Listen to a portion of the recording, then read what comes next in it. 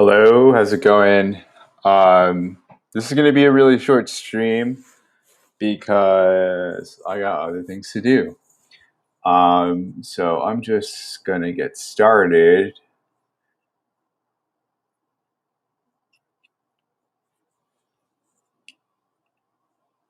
I'm going to go over two things, and maybe I'll get banned for going over one of them, probably both of them. So first off,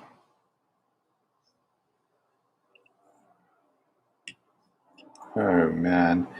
So I've moved, so pardon the mess in the background.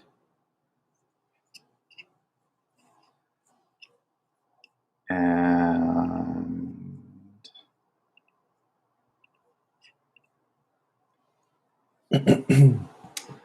okay, so I want to talk about In-N-Out Burger, which, if you don't know, it's a very popular chain in California and I think a little bit of the western states. But in the last month or so, a couple weeks, In-N-Out has been refusing to enforce any of the, how do I put this, mandates. No mandates are allowed at In-N-Out restaurants. So basically, no mandates are allowed. They're not allowing mandates for indoor dining. They're not checking for any sort of card or proof of any.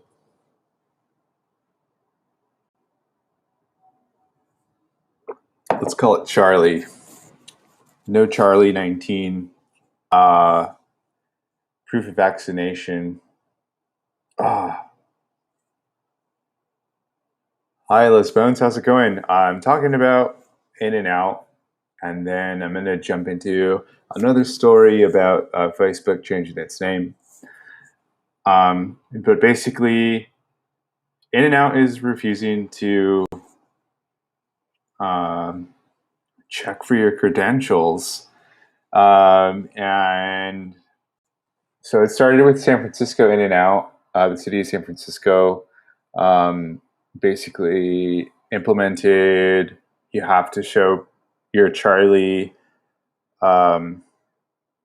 proof to enter anywhere, not just restaurants, but any sort of concert, any sort of indoor establishment. You need to show your verification.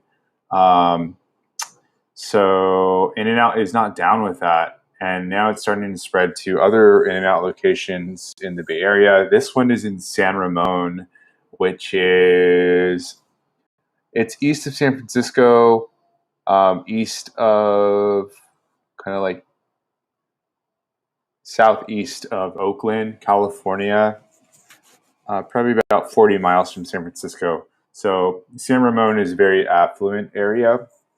It's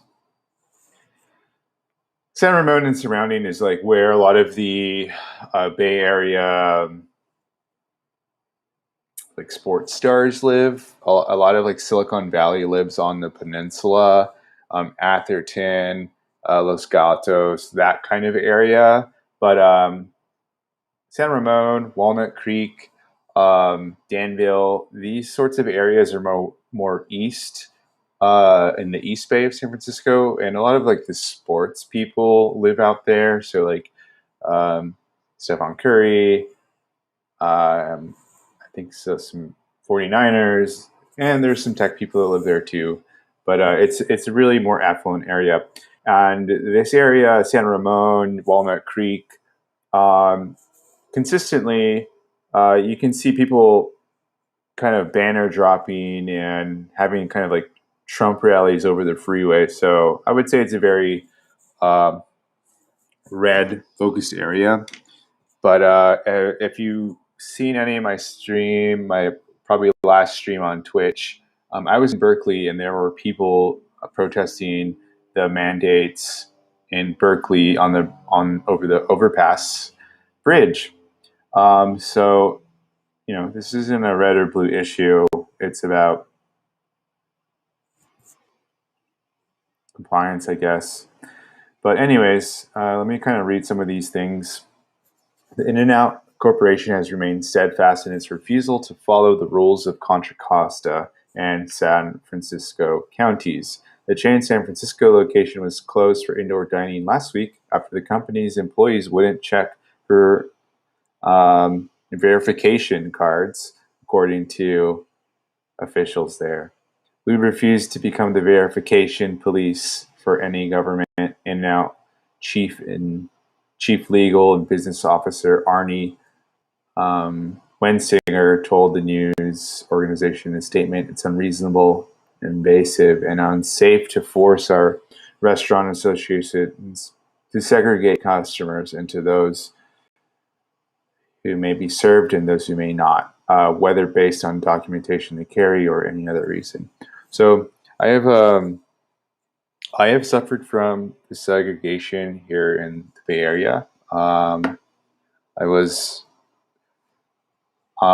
unable to use the restroom at a place that I went to dinner at a few weeks ago in Berkeley. So I had to sit outside, which, to be honest, I don't mind sitting outside. I've gotten used to it. It's very European, I think, to sit outside and eat. But I wasn't able to go to the bathroom that's inside because I refused to show proof of vaccination.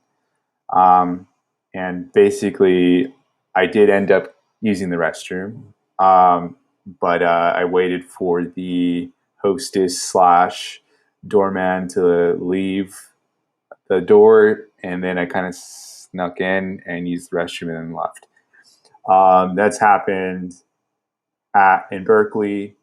This happened to me in San Francisco. There was kind of a rainstorm a few weeks ago, and I had to sit outside under a tent because I refused to show my vaccination status in San Francisco. So I had to eat in the rain, basically under Easy Up. And it was a really nice place too. Very expensive plates, having a nice dinner, and I wasn't able. They did let me use the restroom at this place, probably because it was a little bit more upscale, but also because it was raining and they were just not giving any fucks about that. But funny story about that is that I went to this place to go have dinner, and we were outside because they wouldn't let us sit inside. And the power ended up going out, and the only power was outside with the heaters that they had and some of the battery powered lanterns that they had. So it was kind of ironic that even though we had to eat outside for this particular place, everyone who was allowed inside had to eat in the dark and in the cold because the power went out, and they had to close the restaurant because power went out. Hello, American Sock Dam. Welcome. Radical Leftist Agenda. How's it going? Les Bones. How's it going again? Thanks for joining. So I think In-N-Out's whatever. But it's like a classic kind of California food. So, I'll be going to In-N-Out more often. I always, enjoy a good burger. And I think as far as fast food style burgers go, I particularly like, mom and pop burger places. They have better meats, and I like the fries better. In-N-Out fries kind of suck. But if you're just looking for a standard, better than McDonald's or Burger King burger, I will settle for In-N-Out burger. But it looks like, if I don't want to show my verification status, the only place I'm going to be able to do that is In-N-Out. So I might be going there more often than usual. But anyways, In-N-Out burger is not enforcing the verification checks. And the Contra Costa County health officials shut down three restaurants, not just this one in San Ramon, but there's two other um, In-N-Out burgers in the county, and they've also shut those down as well. It's gone. Yeah, I had so yesterday. So as maybe you guys can see, I've been in the process of moving. Or this weekend started the process of moving. So there's a mess back behind me. But yesterday, because I'm kind of moving and still cleaning out my old apartment, I went to Burger King.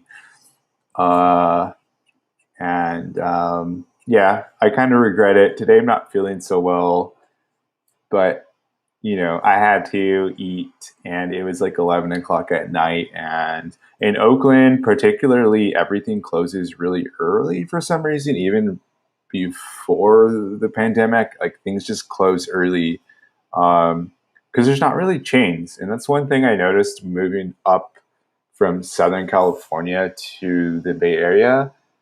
There's chains, there's like restaurant chains, but I feel like they're not like on every corner. Like in SoCal where I grew up, kind of like East LA,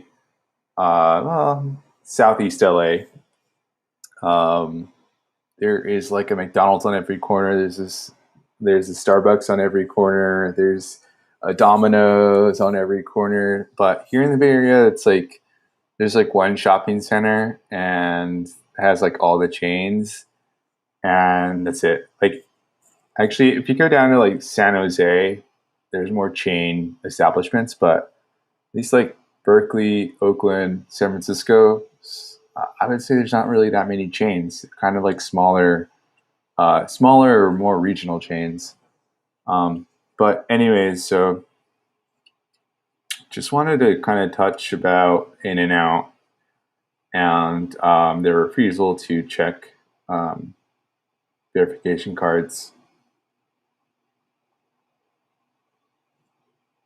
Let me see if there's anything else cool about this. So they're protesting. There was another article, I won't bring it up, but there's another article where they had some protesters be outside, and yeah, it's kind of, the libertarian type people, but it is what it is. I think more and more people are becoming aware that mandates aren't cool, which is nice to see because you can see what's going on in Australia and in Italy and other parts of Europe. Is there people really refusing the mandates? Now, the jab itself, I'm indifferent about that, but I think everyone can agree that mandates are a little evasive, and the argument about I had five I had Five Guys for the first time about a week ago, and I thought the burger and it.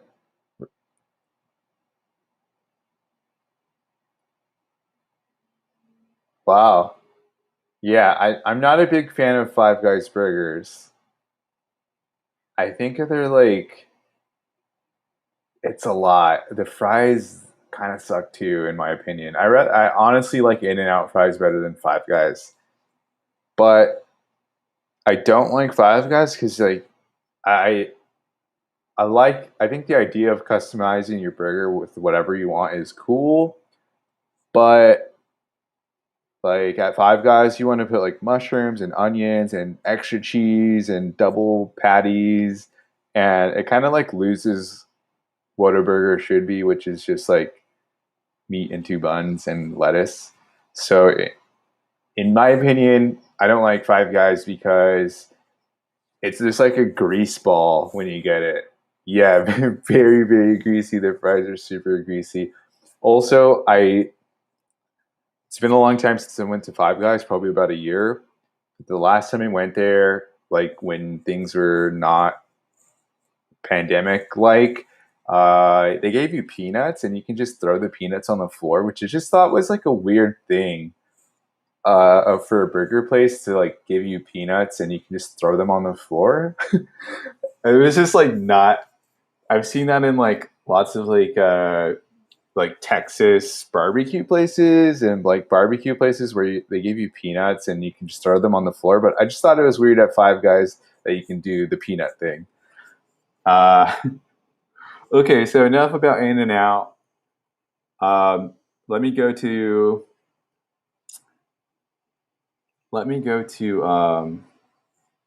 the other story about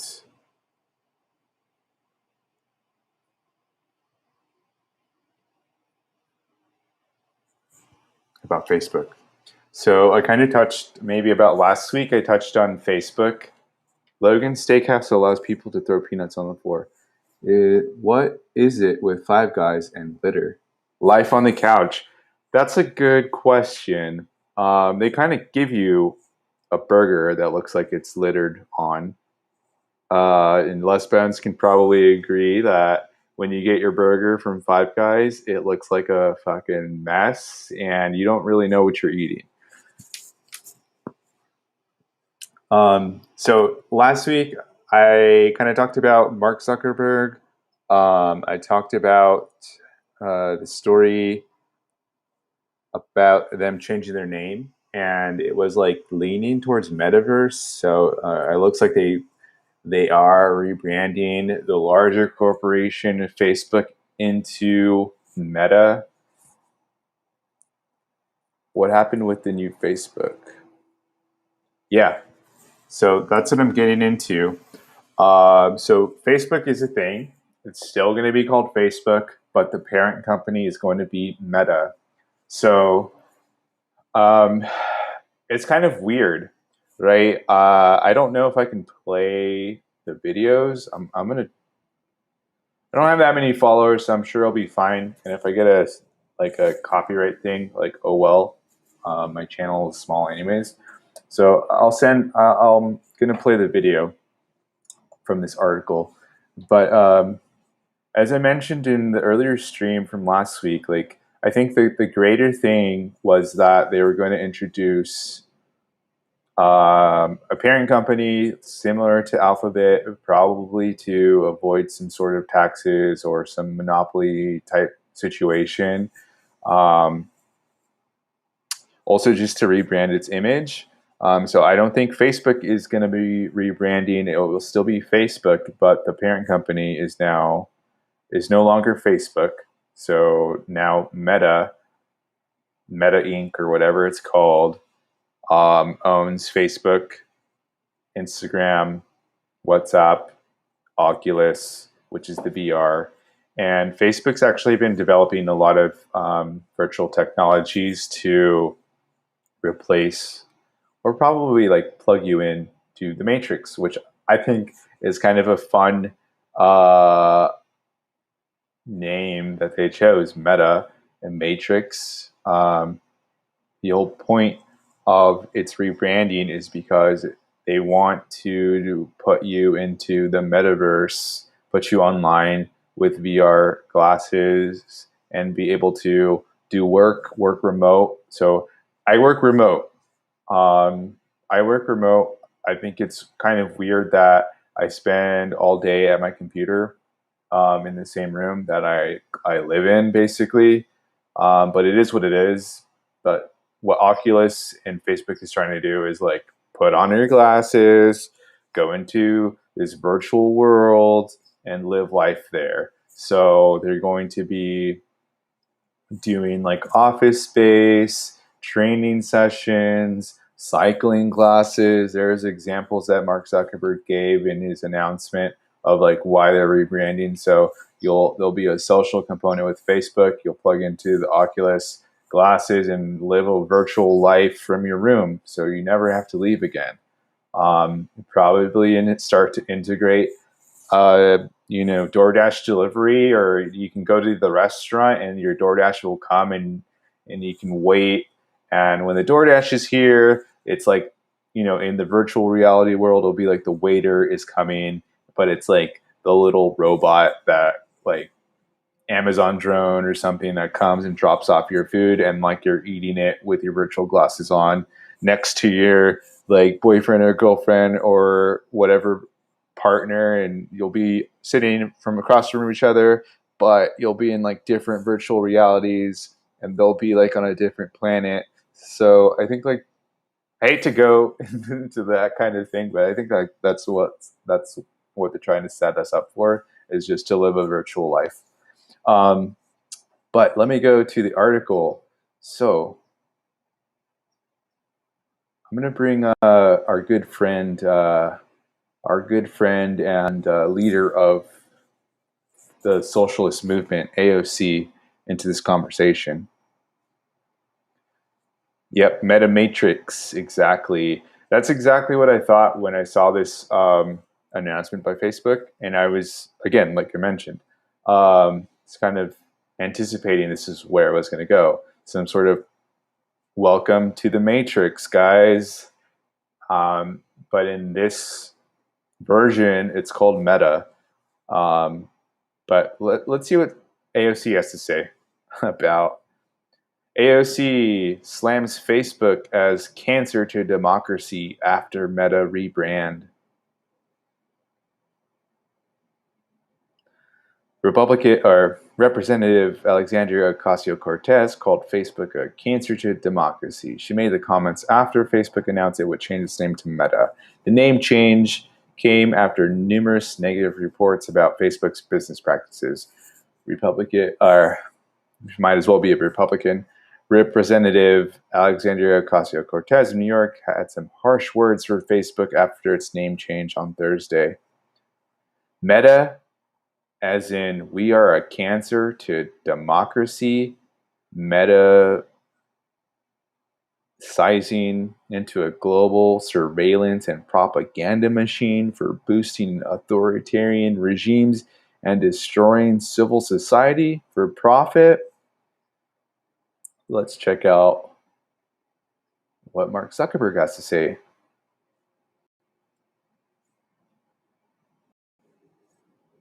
Oh, launching a new screen. Hang on, guys.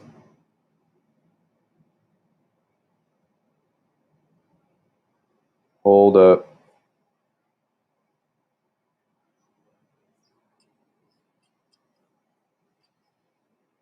And I just want to say thanks while I figure out this page switching. Just want to say thank you guys for joining me. And if you ever, share my videos and stuff, I really appreciate it.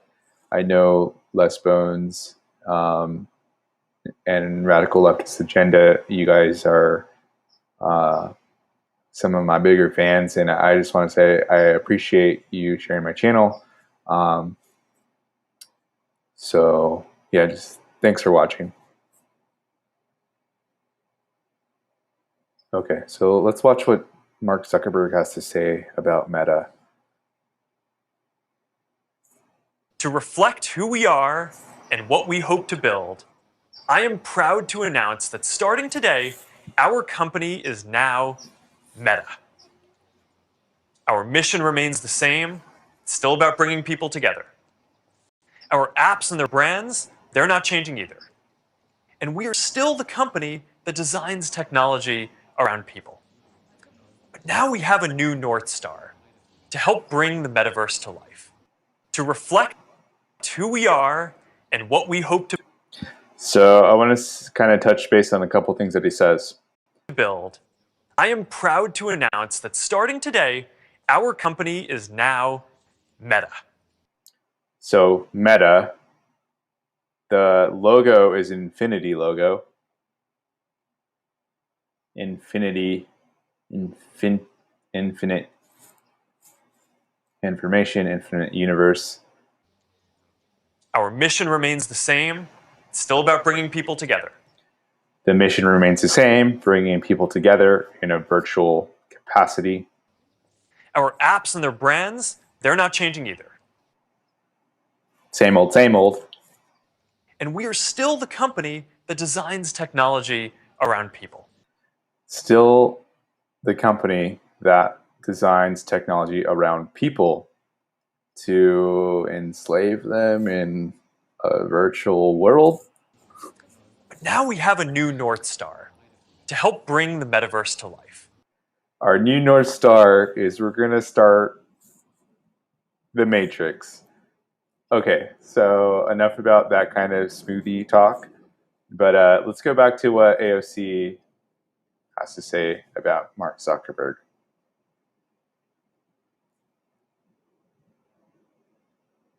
I think he is a robot. You know, I saw Mark Zuckerberg's head. I didn't see any batteries or anything, so I can't confirm that. But yeah, what happened to that kid from the Social Network movie? Okay, let's go back to what AOC has to say about Mark Zuckerberg. I said this was going to be a short stream, but I'm already 30 minutes in. All right, so Ocasio-Cortez, a Democrat, has been critical of Facebook and other tech giants in the past. Allowing Amazon founder Jeff Bezos' journey to space in July, she blasted the online retailer's low wages and inhumane workplace. She hasn't done really anything about it. Earlier in October, she criticized Facebook's monopolistic mission as having incredibly destructive effects on free society and democracy. Okay, so she kind of was like hating on Mark Zuckerberg all of a sudden, probably because it's popular to hate on Mark Zuckerberg. Probably because who knows? But I saw this article and I was like, wait. We are a cancer to democracy.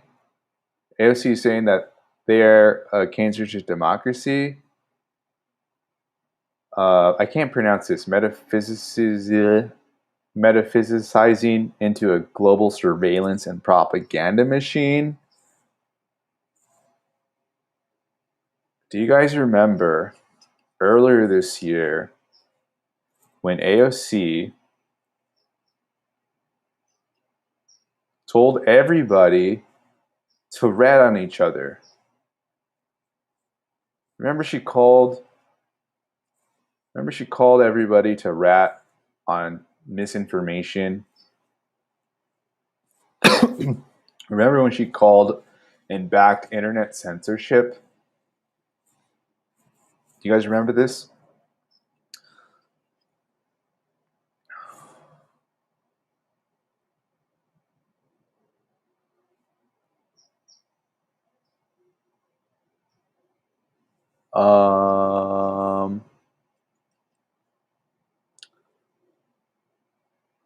Okay, let me read some of the comments. Probably to distract from the crappy Build Back Better bill. Very likely. So I'm thinking that going back to the Build Back Better Act, and I wasn't going to talk about this, but I think so. Sunrise right now, and if you guys notice, I'm wearing a Sunrise Movement hat, but I've blacked out the logo because I like the hat. It's a nice camper 5-panel. It fits me well, but I can't really stand the fakeness and the dark money that Sunrise Movement gets. I was really excited when Sunrise Movement started. It was like 2016 or whatever, coming off Bernie, like the high of Bernie Sanders campaign. And I was like, yes, a climate movement that's for young people. I can get behind this. But yeah, very sad to see that they aren't what we thought they were, like DSA and the Squad and all these things. They're just operations by the Democratic Party. But right now, Sunrise is on hunger strike, which is funny because you guys really rallied to get people to vote for Joe Biden. And, a lot of us were saying, why? Why are you rallying to get Joe Biden elected? He's not going to do anything. and they're kind of shocked that he's not doing anything about climate, removing everything about climate from the Build Back Better Act and infrastructure bill. And those, if you want to learn about the infrastructure bill, Bernie Sanders' reconciliation bill, the Build Back Better Act, I would really suggest people to go to Franco's channel and listen to Shadowban. And Ali Alexander, I think, did part 2 of that bill. It's really opening stuff and things that they aren't really telling you about the bill. So it's a Trojan horse, basically. But let's go back to Sunrise Movement's hunger strike. What I really think this is about, and the timing is pretty spot on, but Sunrise Movement isn't talking about Stephen Dongziger at all. And they're doing a hunger strike. Stephen's case is all about winning and beating the oil giant Chevron, which is going back to my In-N-Out story based in San Ramon, California. But yeah, so Dongziger won that case against Chevron, and now I think Sunrise Movement is doing this hunger strike. I have really seen nobody talking about Stephen Dongziger's case and being sentenced to, I think, 6 months in prison for this, for winning a case and making sure that people are fighting for the Ecuadorian people. But Sunrise is doing this hunger strike, and I've seen mainstream media talking about it, but they're not talking about this case against one of the biggest oil companies in the world. So I find that very odd. And I find it very odd that they haven't said anything about Stephen Dongziger's case at all. But it's not that odd because we know that they take like money from dark sources. So probably backed by oil companies themselves.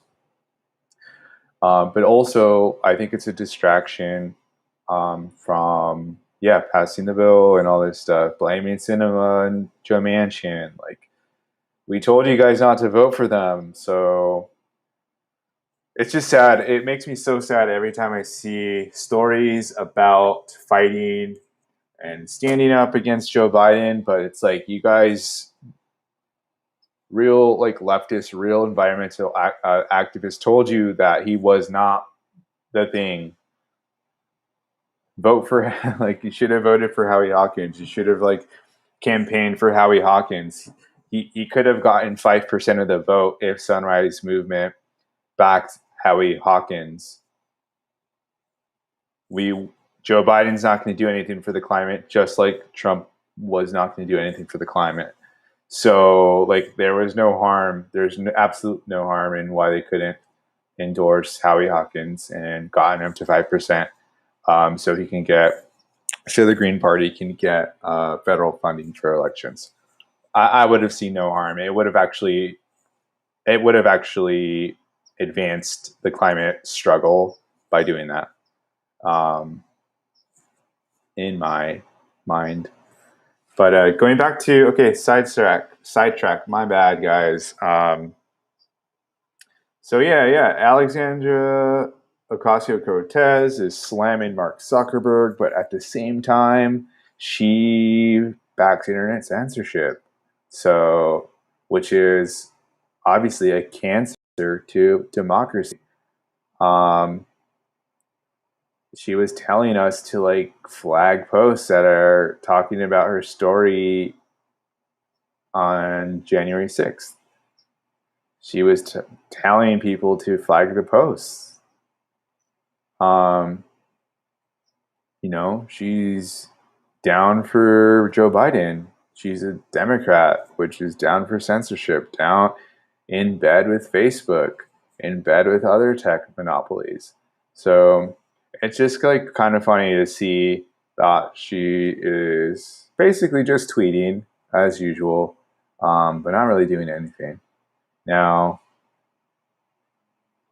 you guys could read this article. I'm not really going to go through it, but I just wanted to kind of make that connection between what AOC said today about Meta and Facebook, and then basically a few months ago, she was also calling for censorship, and uh, she was down for the cancer of democracy, which is censorship. Um, so wow, hello. There's 9 people watching. Um, Thank you guys for joining. That's all I kind of wanted to. Meta World Peace, one of my favorite basketball players. Meta World Peace, one of my favorite basketball players for sure. I think his name is now a Panda's friend. Ron Artest, Meta World Peace. I think his name right now is a Panda's friend, or he might be Ron Artest again. I'm not sure.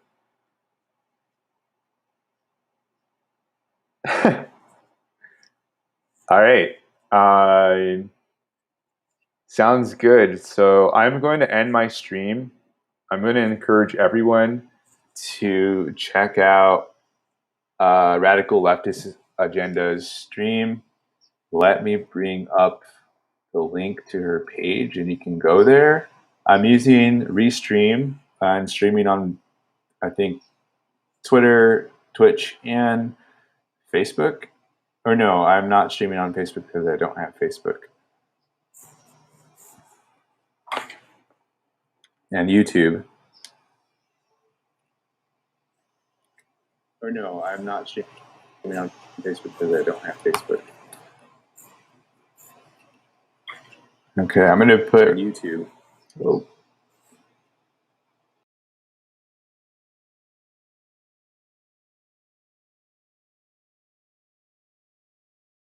Sorry about the sound, but go check out Radical Leftist Agenda stream. I will participate right now too. Thanks guys for watching, and yeah, I still owe you guys some stories about the public banking, California Public Banking Act that Gavin Newsom signed. If Gavin Newsom signed a bill into law, you know it has to be bad. So I still owe you that stream. It's just I've been busy moving, so and other things in life. So I will get there eventually.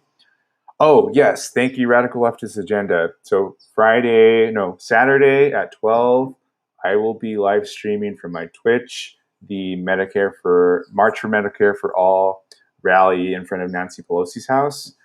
I will be also GoProing and recording that for YouTube. There's going to be tons of people there. I think Shahid Buttar is going to be there.